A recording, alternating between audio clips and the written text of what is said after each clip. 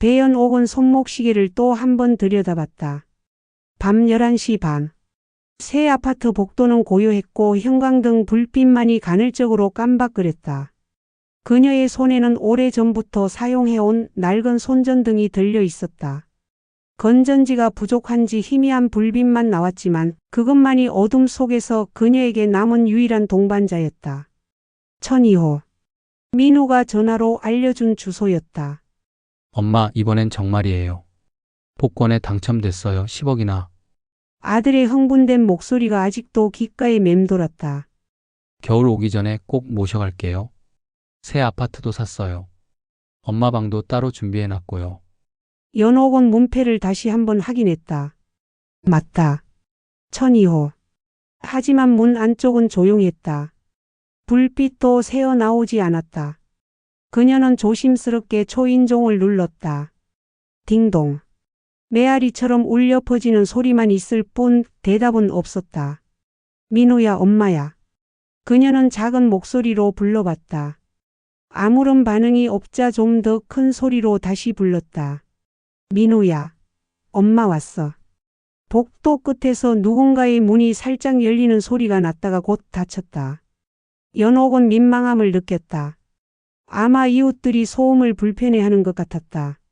그녀는 다시 조용히 기다리기로 했다. 시간이 흘렀다. 자정을 넘어 새벽 1시, 2시. 연옥은 문 앞 바닥에 주저앉았다. 무릎이 시렸지만 참았다. 민우가 늦게 들어올 수도 있다고 생각했다. 사업하는 사람들은 밤늦게까지 일한다고 들었으니까. 낡은 손전등의 불빛이 더욱 희미해졌다. 연옥은 불빛을 아끼려고 껐다 켰다를 반복했다. 어둠 속에서 그녀는 민우 어린 시절을 떠올렸다. 가난했지만 그래도 함께였던 시절들. 밤늦게 일하고 돌아와도 엄마 왔어요라며 달려와 안기던 아이. 새벽 서너 시쯤 연옥은 잠깐 졸았다. 깨어보니 동이 트고 있었다. 복도 창문으로 새어드는 새벽 햇살이 차가웠다. 그녀는 다시 일어나 초인종을 눌렀다. 여전히 대답은 없었다. 민우야. 그녀의 목소리에는 이제 간절함이 묻어났다. 엄마 여기 있어. 언제든 나와도 돼. 하지만 1002호 문은 끝내 열리지 않았다. 초인종도 그녀의 부름도 밤새 이어진 기다림도 소용없었다. 아들이 약속한 새 시작은 아직 시작되지 않은 채 연옥만이 혼자 문 앞을 지키고 있었다. 민우는 핸드폰을 끄고 침대에 엎드려 있었다. 복권 당첨 소식을 들은 순간부터 집안이 발칵 뒤집혔다. 큰 누나 서민정과 작은 누나 서민이가 번갈아 가며 전화를 걸어왔고 급기야 어제는 집까지 찾아와 문 앞에서 고함을 질렀다. 야, 서민우. 나와. 너가 혼자 다 가질 생각이야. 민희의 목소리는 복도까지 울려 퍼졌다. 민호는 이불을 뒤집어 쓰고 숨어 있었다. 민우야, 우리도 같은 핏줄이잖아. 엄마 모시겠다면서 그 돈으로. 민정의 목소리에는 비아냥이 섞여 있었다. 문 밖에서 두 누나는 지난 몇 년간 민호가 갚지 못한 빚들을 하나씩 들춰냈다. 민정에게 빌린 전세금 2천만 원, 민희에게 빌린 사업자금 1,000만 원, 그리고 생활비며 경조사비까지. 계산기를 두드리는 소리까지 들렸다. 총 8,500만 원이야. 이자까지 치면 1억은 넘어. 엄마 모신다고? 웃기지 마. 너 혼자 10억 갖고 튈 생각이지? 민호는 길을 막았다. 복권에 당첨됐을 때의 그 짜릿한 기쁨은 온데간데 없었다. 엄마를 모시고 새로운 삶을 시작하겠다던 다짐도 흔들렸다. 누나들의 목소리는 점점 더 커졌고 이웃들이 나와서 항의할 지경이었다. 그날 밤 민호는 결심했다. 가방 하나에 필수품만 챙겨 넣었다. 옷 몇 벌, 세면도구, 그리고 통장. 새벽 5시 누나들이 다시 올 시간 전에 집을 나섰다. 택시를 타고 서울역으로 향하면서 민우는 엄마에게 전화를 걸었다. 하지만 전화를 받을 수 없는 상황입니다. 라는 멘트만 들렸다. 아마 엄마는 벌써 새 아파트 앞에서 기다리고 있을 것이다. 그 생각에 가슴이 답답해졌지만 민호는 핸드폰을 꺼버렸다. KTX 표를 끊으며 민호는 속으로 중얼거렸다. 잠깐만 며칠만 정리하고 돌아올게. 하지만 그 자신도 언제 돌아올지 확실하지 않았다. 부산행 기차가 출발하자 민호는 창밖을 바라봤다. 서울이 점점 멀어졌다. 엄마와의 약속도 누나들의 추궁도 모든 것이 뒤로 밀려났다. 하지만 마음이 편하지는 않았다. 기차 안에서 민호는 엄마를 떠올렸다. 분명 새 아파트 문 앞에서 기다리고 있을 텐데.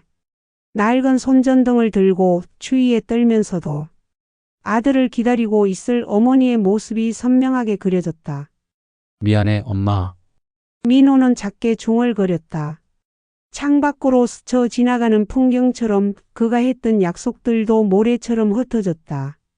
가방 하나만 달랑 들고 도망친 아들. 그리고 아무것도 모른 채 문 앞에서 기다리는 어머니.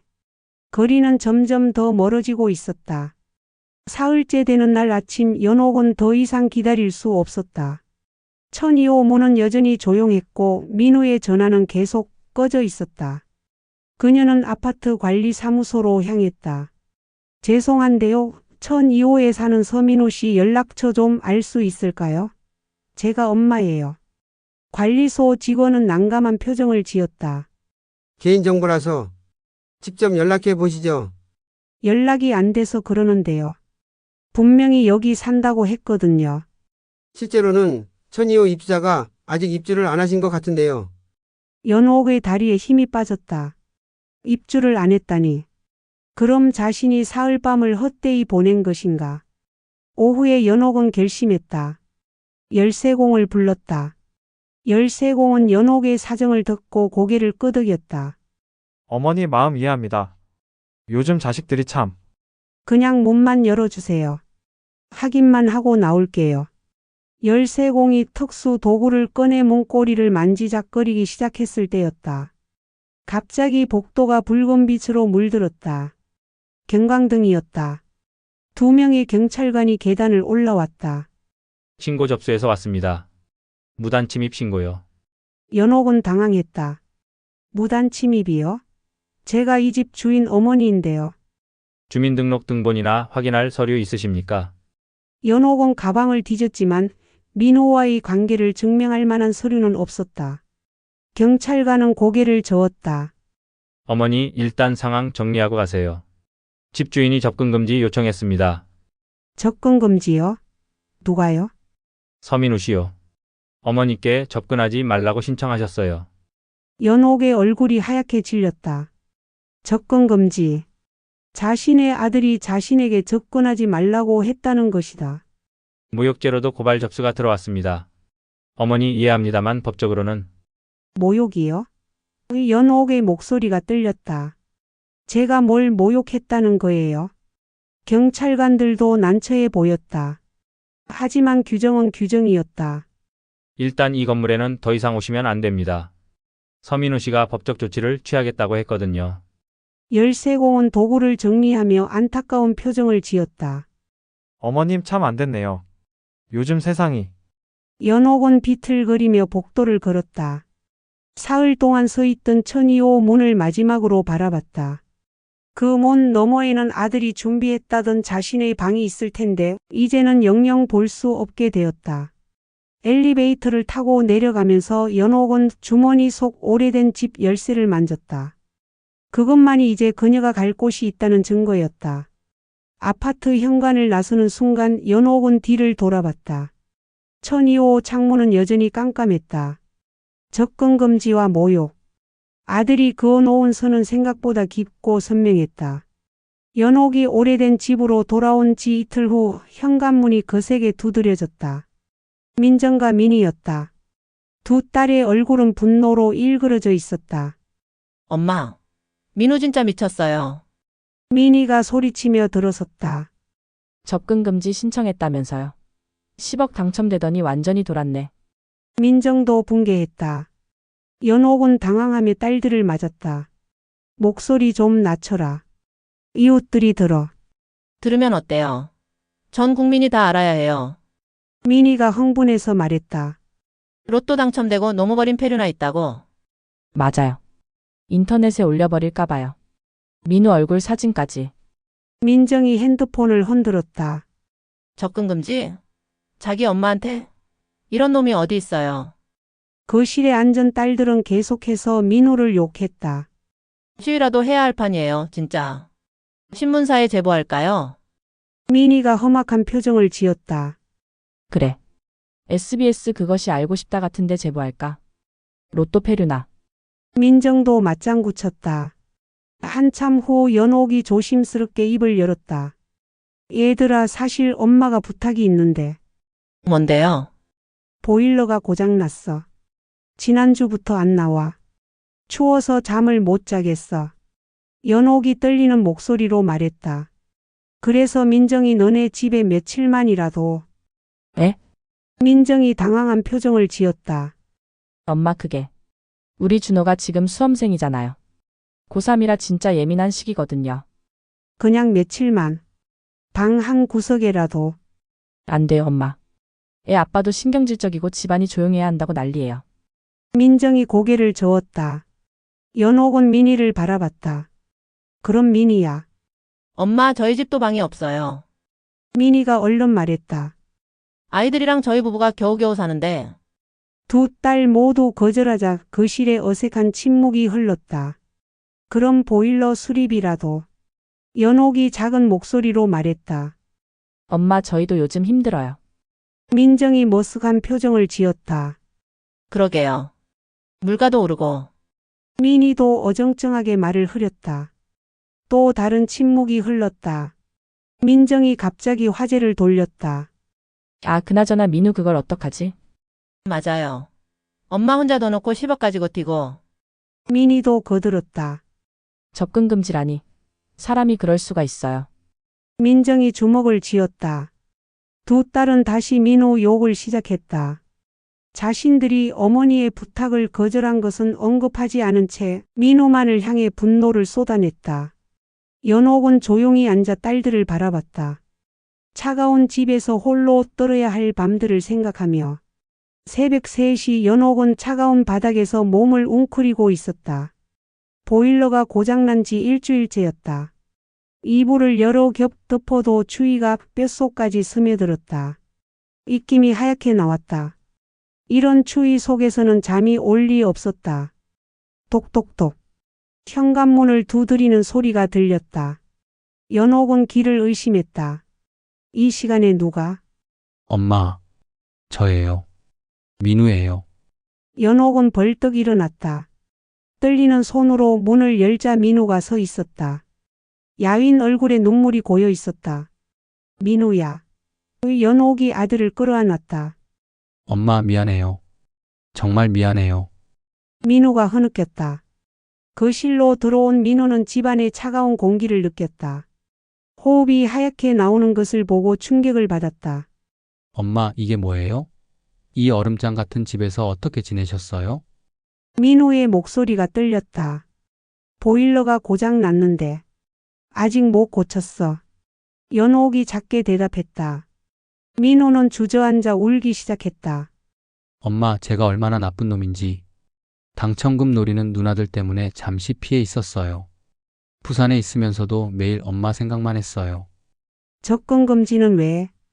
변호사한테 물어보니까 누나들이랑 엄마 이름까지 다 넣어야 한다고 하더라고요. 민우가 고개를 떨구었다. 누나들만 막을 방법이 없어서 어쩔 수 없이 신청한 거예요. 엄마를 정말로 막으려던 게 아니었어요. 연옥은 아들의 손을 꼭 잡았다. 그런 사정이 있었구나. 엄마 이제 새로 집 구했어요. 전에 샀던 아파트는 청산했고요. 민우가 눈물을 닦으며 말했다. 조용한 동네에 깔끔한 집이에요. 엄마 방도 따로 있고요. 거기 가서 엄마랑 둘이서만 살아요. 연옥의 얼굴이 밝아졌다. 정말이니? 네. 하지만 민우가 주저했다. 누나들과는 연을 끊고 살아야 해요. 안 그러면 또 이런 일이 생겨요. 엄마 괜찮으세요? 연옥은 잠시 망설였다. 민우야, 그렇게는 안 된다. 엄마, 누나들 사정도 안 좋아. 민정이는 준호 학원비며 대학 준비로 힘들고 민희도 애들 키우느라 빠듯하고. 연옥이 아들을 바라봤다. 조금씩이라도 보태주면 안 되겠니? 민호는 당황했다. 엄마, 누나들이 저한테 어떻게 했는지 아시잖아요. 그래도 혈육인데 네가 누나들 좀 이해해주면 안 되겠니? 연옥의 목소리가 애절했다. 완전히 끊고 살 수는 없어. 엄마 마음을 이해해줘. 민호는 고개를 저었다. 얼굴이 굳어졌다. 엄마, 안 돼요. 저는 더 이상 누나들을 만날 수가 없어요. 민호야. 엄마는 모르세요. 누나들이 얼마나 치를 떨리게 했는지. 민호의 목소리가 떨렸다. 복권 당첨 소식 듣자마자 밤낮으로 쫓아다니면서 돈 달라고 하고 집 앞에서 고함 지르고 정말 미칠 것 같았어요. 연옥은 아들의 손을 잡으려 했지만 민호는 뿌리쳤다. 8천만 원이 아니라 1억을 달라고 하더라고요. 이자까지 쳐서. 그것도 모자라서 앞으로 생활비까지 대라고 하고. 민호가 격하게 말했다. 엄마 모신다는 말만 들어도 비웃더라고요. 혼자 다 가질 생각이라면서요. 그래도 너희 누나들인데. 누나들이 저를 뭘로 봤는지 아세요? 민호의 눈에 눈물이 고였다. ATM 기계요. 그냥 돈 뽑는 기계. 제가 사람인지도 모르겠더라고요. 연옥은 말문이 막혔다. 엄마, 죄송하지만 선택하셔야 해요.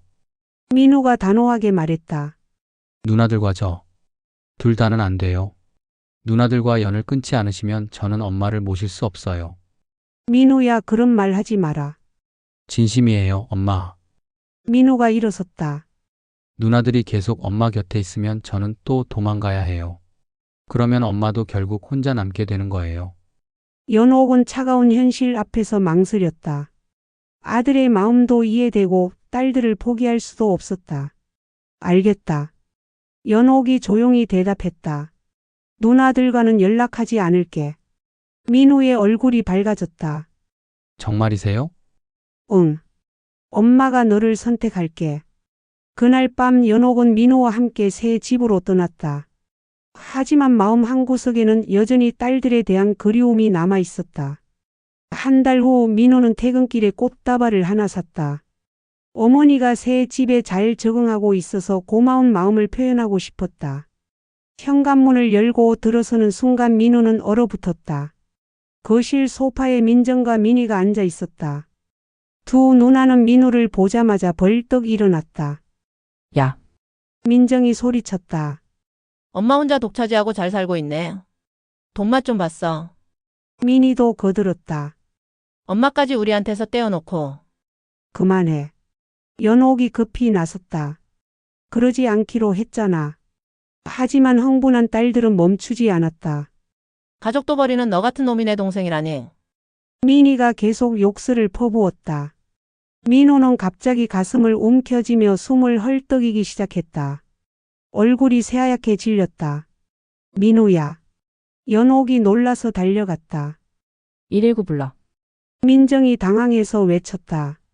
구급차가 도착했을 때 민호는 이미 의식을 잃은 상태였다. 응급실로 실려간 민호는 다시 깨어나지 못했다. 의사는 급성 심근경색이라고 했다. 중환자실 유리창 너머로 산소호흡기에 의존한 채 누워있는 아들을 바라보며 연옥은 차가운 현실을 마주했다. 돈 때문에 벌어진 싸움이 결국 아들의 목숨까지 앗아간 것이었다. 민호가 중환자실에 입원한 지 사흘째. 민정과 민희는 병원 카페에서 머리를 맞대고 있었다. 언니 병원비가 장난이 아니래요. 민정이 걱정스러운 표정으로 말했다. 하루에 200만 원씩 나간다고 하더라. 민희가 한숨을 쉬었다. 이런 식으로 가면 민우 돈 다 떨어져. 그런데 민우가 깨어나지 않으면 우리가 그 돈을 어떻게 써? 법적으로. 민정이 스마트폰을 꺼내 검색을 시작했다. 잠깐만. 여기 봐. 의식불명 상태에서는 가족이 재산 관리를 할 수 있다고 나와 있어. 정말? 민희의 눈이 반짝였다. 응. 후견인 신청하면 돼. 우리가 민우 통장 관리할 수 있어. 두 자매는 서로를 바라봤다. 같은 생각이 머릿속을 스쳐 지나갔다. 그런데 민정이 조심스럽게 입을 열었다. 만약에 민우가 계속 이 상태라면 뭐? 죽어야. 상속이 가능하잖아. 민정은 잠시 말이 없었다. 그러다가 작은 목소리로 말했다. 의사가 뭐라고 했는지 들었지? 뇌사 상태일 가능성이 높다고. 깨어날 확률은 거의 없다고 했잖아. 그럼 연명 치료만 계속하는 거지. 맞아. 이런 식으로 가면 10억도 다 병원비로 나가겠어. 민희가 주변을 둘러보더니 더욱 작은 목소리로 말했다. 그럼 엄마 몰래 할 수 있는 방법이 없을까? 우리가 법정 대리인이잖아. 엄마는 늙으셔서 판단력이 떨어지신다고 하고. 민정이 눈을 크게 떴다. 설마. 의사 선생님께 우리가 직접 얘기하는 거야. 가족 모두가 동의한다고. 일주일 후 민정과 민희는 연옥이 집에 있는 사이 병원을 찾았다. 선생님, 연명치료 중단에 대해서 상의드리고 싶어서요. 민정이 침착하게 말했다. 어머님은 안 오셨나요? 의사가 물었다. 어머니가 연세가 많으셔서 이런 결정을 내리기 힘들어하세요. 민희가 재빠르게 대답했다. 저희가 대신 결정하기로 했습니다. 환자분의 회복 가능성은 사실상 없다고 봐야 합니다. 의사가 차트를 보며 말했다. 네, 그래서 더 이상 고통받게 하고 싶지 않아요. 민정이 눈물을 흘리는 척했다. 동생도 이런 식으로 사는 걸 원하지 않을 거예요. 민희도 거들었다. 의사는 고개를 끄덕였다. 가족분들이 그런 결정을 내리시는 경우가 많습니다. 서류 준비해 드릴게요. 서류에 서명하면서 민정과 민희는 서로 눈을 마주쳤다. 엄마한테는 나중에 말씀드리자. 민정이 속삭였다. 민희가 고개를 끄덕였다. 사흘 후 연옥이 병원에 도착했을 때 민호는 이미 숨을 거둔 후였다. 왜 연락을 안 했어? 마지막도 못 봤잖아. 연옥이 울며 소리쳤다. 엄마 갑자기 악화돼서. 저희도 미쳐. 민정이 거짓말을 했다. 의사 선생님이 더 이상 고통받게 할 수 없다고 하셨어요. 민희가 덧붙였다. 연옥은 아들의 차가워진 손을 잡고 통곡했다. 딸들은 그런 어머니를 위로하는 척하면서도 마음속으로는 상속 절차를 계산하고 있었다. 민호의 장례를 치른 지 한 달 후 법무사 사무실에서 상속 절차가 완료되었다. 예상대로 모든 재산이 연옥에게 상속되었다. 어머님 로또 당첨금과 적금, 부동산까지 합쳐서 총 11억 정도 되네요. 법무사가 서류를 정리하며 말했다. 연옥은 멍하니 앉아 있었다.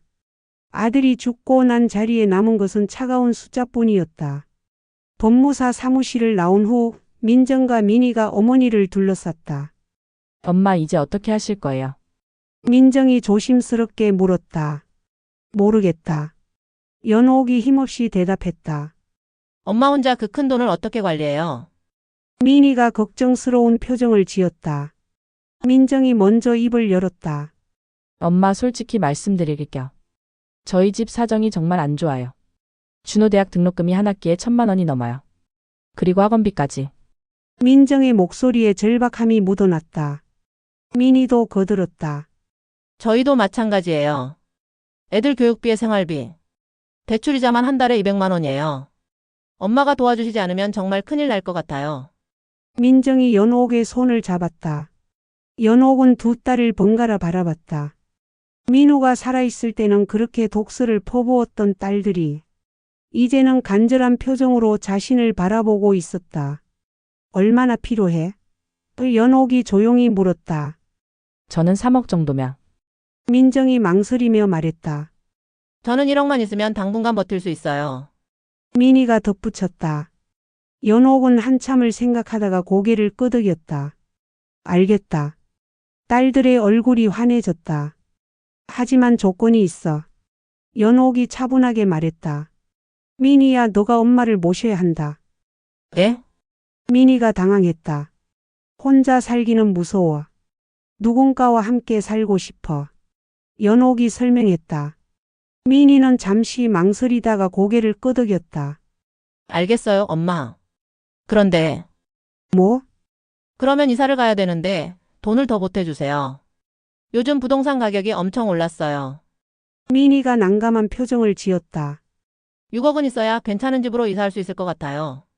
연옥은 잠시 망설였다. 그럼 6억을 줄게. 정말요? 감사해요, 엄마. 그때 민정이 끼어들었다. 엄마 사실 저희 집도 문제가 생겼어요. 무슨 문제? 남편 사업이 망해가고 있어요. 이대로 가면 정말 파산할 것 같아요. 민정의 목소리가 떨렸다. 엄마는 민이랑 살면서 당장 돈 쓸 일도 없으시잖아요. 그러니까. 뭘 어쩌자는 거야? 남은 돈 다 저희한테 주시면 안 될까요? 5억이면 사업 정리하고 새 출발할 수 있어요. 연옥은 어이가 없었다. 11억을 다 달라고? 엄마 어차피 엄마 혼자 뭐 하실 거예요. 민이가 모시니까 걱정 없잖아요. 민정이 설득했다. 일주일 후 연옥은 민희에게 6억, 민정에게 5억을 송금했다. 손에 남은 건 거의 없었다. 엄마 여기 어때요?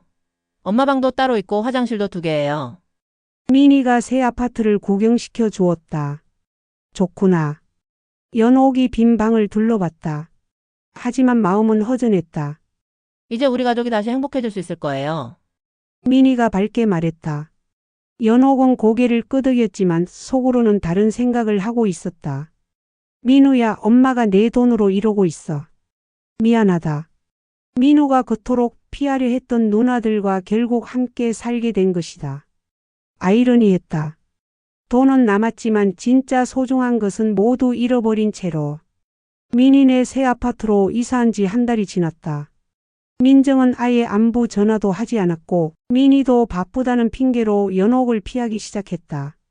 민희야, 엄마 약 다 떨어졌는데. 연옥이 방에서 나와 딸에게 말했다. 아네, 나중에 사다 드릴게요. 민희가 건성으로 대답했다. 언제? 시간 날 때요. 하지만 민희는 매일 바쁘다는 핑계만 댔다. 연옥은 점점 짐이 되어가는 자신을 느꼈다. 저녁 식사도 따로 했다. 엄마는 죽 드세요. 소화도 안 되실 텐데. 민희가 말했다. 식탁에는 연옥 몫의 반찬이 없었다. 민희야, 엄마 용돈 좀. 연옥이 조심스럽게 말을 꺼냈다. 엄마 저희도 지금 빡빡해요. 새집 때문에 대출 받은 것도 있고. 민희가 피하듯 말했다. 연옥은 더 이상 말하지 못했다. 6억을 줬는데 용돈 몇만 원도 달라고 하기 어려웠다. 한 달 후 민희가 드디어 본심을 드러냈다. 엄마 솔직히 말씀드릴게요. 저희가 엄마 모시기가 생각보다 힘들어요. 뭐가 힘들어? 애들도 있고 생활 패턴도 다르고. 그냥 따로 사시는 게 어떨까요? 어디서? 요양원이라든지. 연옥은 충격을 받았다. 내가 누구 돈으로 너희 집 마련해 줬는데. 그건 감사하죠. 하지만 현실적으로 어려워요. 그날 밤 연옥은 잠이 오지 않았다. 딸들과 연락도 끊어지고 이제는 요양원까지 보내려 한다니. 민호 말이 맞았다. 딸들은 돈만 빼고 자신을 버릴 생각이었다. 새벽 3시쯤 연옥은 깜빡 잠이 들었다. 그때 꿈속에 민호가 나타났다. 엄마, 민호야.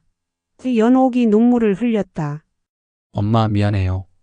제가 누나들을 너무 미워해서 엄마까지 힘들게 했네요. 아니야, 민호야. 엄마가 잘못 판단했어. 민호가 환하게 웃었다. 엄마 로또 사세요. 뭐? 로또 사시라고요. 1등 될 번호 알려드릴게요. 민호가 천천히 숫자를 불러주었다. 7, 13, 21, 28, 35, 42. 보너스 번호는 15예요. 민호야, 그런 게 어디 있어.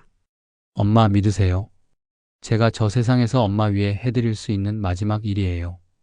민호야. 연옥이 부르며 깼을 때는 이미 아침이었다. 꿈이 너무나 생생했다. 민호의 목소리, 표정 모든 게 진짜 같았다. 연옥은 베개 밑에서 작은 메모지를 꺼내 숫자를 적었다. 7, 13, 21, 28, 35, 42. 보너스 15. 설마. 연옥이 중얼거렸다. 하지만 민호가 그랬으니까. 그날 아침 민희가 출근 준비를 하며 말했다. 엄마 요양원 알아봤는데 괜찮은 곳이 있어요. 연옥은 대답하지 않았다. 대신 메모지를 꼭 쥐고 있었다. 마지막 희망인지 아니면 그냥 꿈인지 알 수 없었지만 민호가 준 숫자만이 그녀에게 남은 전부였다. 민희가 출근한 후 연옥은 방 한 구석을 뒤졌다. 장판 아래 꼬깃꼬깃하게 숨겨둔 5,000원짜리 몇 장이 있었다. 평소 용돈 달라고 하기 미안해서 조금씩 아껴둔 돈이었다. 이것밖에 없네. 연옥이 한숨을 쉬었다. 2만 원 정도였다. 연옥은 외투를 입고 집을 나섰다. 하지만 문제가 있었다. 복권을 어디서 사는지 몰랐다. 평생 복권을 사본 적이 없었던 것이다. 아저씨 혹시 복권 어디서 사요? 연옥이 아파트 경비원에게 물었다. 복권방에서 사죠. 복권방이 어디 있어요? 여기서 버스 타고 두 정거장 가면 시장 근처에 있어요. 연옥은 버스를 탔다. 하지만 두 정거장에서 내려도 복권방이 보이지 않았다. 아주머니 복권방 어디 있는지 아세요? 연옥이 지나가는 사람에게 물었다. 복권방요? 저기 골목 안쪽에 있어요. 빨간 간판 보이죠? 연옥은 사람들에게 물음으로 복권방을 찾았다. 작은 가게였지만 로또 간판이 크게 붙어 있었다. 어서 오세요. 복권방 사장이 인사했다. 연옥은 처음 보는 복권 기계 앞에서 당황했다. 저 로또 어떻게 사요? 처음 사시는 거예요? 번호 직접 찍으실 거예요? 아니면 자동으로 할까요? 번호를 직접 하고 싶어요. 사장이 종이와 펜을 건네주었다. 여기에 원하시는 번호 6개 적으시면 돼요. 연옥은 떨리는 손으로 숫자를 적었다. 7, 13, 21, 28, 35, 42. 이걸로 주세요. 한 게임에 1,000원이에요. 몇 게임 하실래요? 연옥은 주머니에서 5,000원을 꺼냈다. 5게임요. 같은 번호로 5게임 하실 거예요? 네. 사장이 기계를 조작하자 복권이 나왔다. 연옥은 복권을 받아 들고 유심히 바라봤다. 언제 추첨이에요? 토요일 밤 8시 45분이에요. TV에서 중계해줘요. 연옥은 복권을 가방 깊숙이 넣었다. 집으로 돌아가는 길에 자꾸 가방을 확인했다. 복권이 있는지 번호가 맞는지. 민우야, 정말 맞을까? 연옥이 혼잣말을 했다. 집에 도착하니 미니가 있었다. 엄마 어디 다녀오셨어요? 그냥 산책 좀. 아, 그리고 엄마. 요양원 상담 예약 잡았어요. 다음 주에 같이 가봐요. 연옥은 대답하지 않았다. 대신 방으로 들어가 복권을 꺼내 보았다. 민우가 알려준 번호들이 선명하게 찍혀 있었다. 토요일. 연옥이 달력을 봤다. 이틀 후였다. 그날 밤 연옥은 복권을 베개 밑에 놓고 잠이 들었다. 꿈속에서 다시 민우가 나타날지도 모른다는 희망을 품으면서 5,000원으로 산 복권 5장이 그녀에게 남은 마지막 희망이었다. 민우야, 엄마를 도와줘. 연옥이 작게 속삭였다. 토요일 밤 8시 45분. 연옥은 거실 소파에 앉아 TV를 켜놨다. 민인의 가족들은 각자 방에서 휴대폰만 들여다보고 있었다. 지금부터 제1153회 로또 추첨을 시작하겠습니다. 연옥은 복권을 꺼내 손에 꼭 쥐었다. 7, 13, 21, 28, 35, 42. 민우가 알려준 번호들이었다. 첫 번째 번호는 7번입니다. 연옥의 심장이 뛰기 시작했다. 두 번째 번호는 13번. 세 번째 번호는 21번. 연옥은 숨을 멈췄다. 하나씩 맞아떨어지고 있었다. 네 번째 번호는 28번. 다섯 번째 번호는 35번. 연옥의 손이 떨렸다. 마지막 번호만 남았다. 여섯 번째 번호는 42번입니다. 보너스 번호는 15번입니다. 연옥은 그 자리에서 뒤로 넘어갈 뻔했다. 모든 번호가 정확히 맞았다. 1등이었다. 이번 주 1등 당첨자는 3명입니다. 1인당 당첨금은 73억 원입니다. 73억 원. 연옥은 가슴이 터질 것 같았다. 하지만 소리를 내지 않았다. 미니가 옆방에서 나올까 봐 숨을 죽이고 복권을 주머니에 넣었다. 다음 날 아침 연옥은 일찍 일어나 전화를 걸었다. 김사회복 지사에게였다. 단칸방에 살 때부터 연옥을 챙겨주던 사람이었다. 선생님, 저 배연옥이에요. 어머님, 안녕하세요. 무슨 일이세요? 혹시 오늘 시간 되시면 만날 수 있을까요? 중요한 얘기가 있어서요. 물론이죠. 어디서 뵐까요? 연옥은 카페에서 김 복지사를 만났다. 떨리는 손으로 복권을 꺼내 보였다. 선생님, 이거. 1등에 당첨됐어요. 김 복지사가 복권을 자세히 보더니 눈이 커졌다. 정말이세요? 어머님 대박이잖아요. 딸들한테는 비밀로 하고 싶어요. 연옥이 간절히 말했다. 김 복지사는 연옥의 사정을 이해했다. 어머님 제가 도와드릴게요. 일주일 후 연옥은 김 복지사와 함께 당첨금을 수령하러 갔다. 세금을 떼고도 50억이 넘는 돈이 연옥 통장에 들어왔다. 어머님 이제 새로운 인생이 시작이네요. 김 복지사가 웃었다. 선생님 가장 좋은 아파트가 어디예요? 연옥이 물었다. 어머님 어차피 죽으면 물려줄 사람도 없어요. 그동안 딸들한테 다 뜯겨서 고생만 했는데 이제 내가 좋은 데서 살고 싶어요. 연옥의 목소리에 의지가 담겨 있었다. 김 복지사는 고개를 끄덕였다. 그럼 강남 펜트하우스는 어떠세요? 서울에서 가장 좋은 아파트 중 하나예요. 김 복지사는 강남의 신축 아파트를 추천했다. 여기 어떠세요? 200평 펜트하우스인데 보안도 철저하고요. 연옥은 현금으로 집을 샀다. 가구도 모두 새로 맞췄고 백화점에서 고급 옷들을 골라 샀다. 어머님 이제 가정부도 구하시는 게 좋겠어요. 김 복지사가 조언했다. 그래요. 그리고 선생님께도 감사 표시를 하고 싶어요. 연옥은 하얀 봉투를 내밀었다. 한 달 후 연옥은 거울 앞에 섰다. 고급 한복을 입고 진주 목걸이를 한 모습이 완전히 다른 사람 같았다. 민희네 집에서 죽만 먹던 자신이 맞나 싶었다. 그날 오후 새 집 현관문이 두드려졌다. 인터폰으로 보니 민정과 민희였다. 어디서 소식을 들었는지 찾아온 것이었다. 엄마, 축하해요. 민정이 꽃다발을 들고 있었다. 우리 엄마 완전 성공하셨네요. 민희가 밝게 웃었다. 연옥은 가정부에게 얘기했다. 이분들 내보내 드려요. 엄마, 저희예요. 민희가 소리쳤다. 경제적으로 좀 도와주세요. 저희도 힘들거든요. 민정이 애원했다. 하지만 연옥은 등을 돌렸다.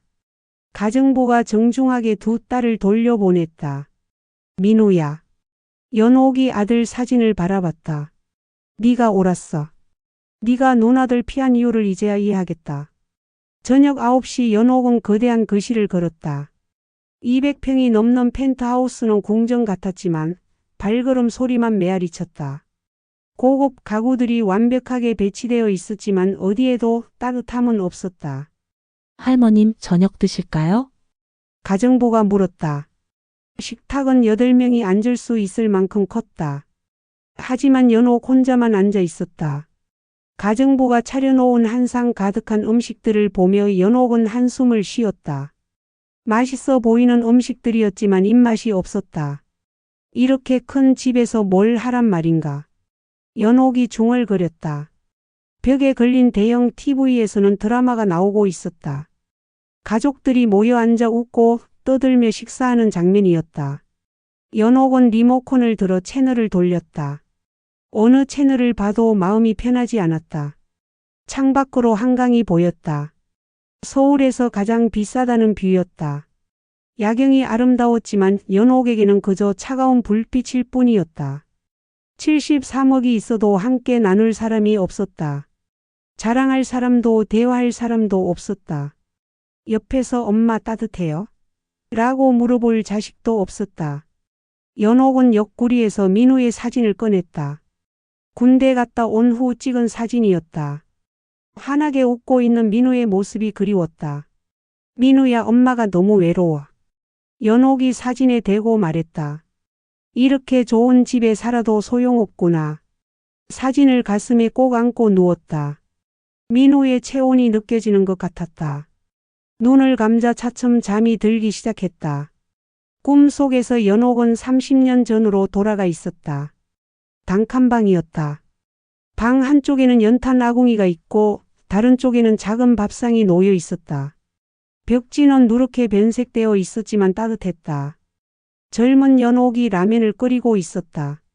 아직 10대였던 민정, 민희, 민우가 그 주위에 모여 앉아 있었다. 엄마 라면 언제 돼요? 어린 민우가 재촉했다. 조금만 기다려, 곧 돼간다.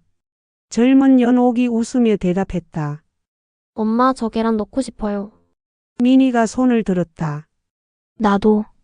민정이 거들었다. 그래, 다 같이 넣자. 새 아이가 달걀을 깨뜨려 놓았다. 노른자가 터지고 흰자가 퍼지는 모습을 보며 모두 깔깔 웃었다. 우리 가족 최고. 민호가 소리쳤다. 그래, 우리가 최고지. 연옥이 아이들을 끌어안았다. 가난했지만 행복했다. 좁은 방에서 5 식구가 어깨를 맞대고 라면을 나눠 먹었다. 그때는 돈이 없어도 웃음이 끊이지 않았다. 잠든 연옥의 얼굴에 미소가 번졌다. 꿈속에서만큼은 다시 그 따뜻한 시절로 돌아갈 수 있었다.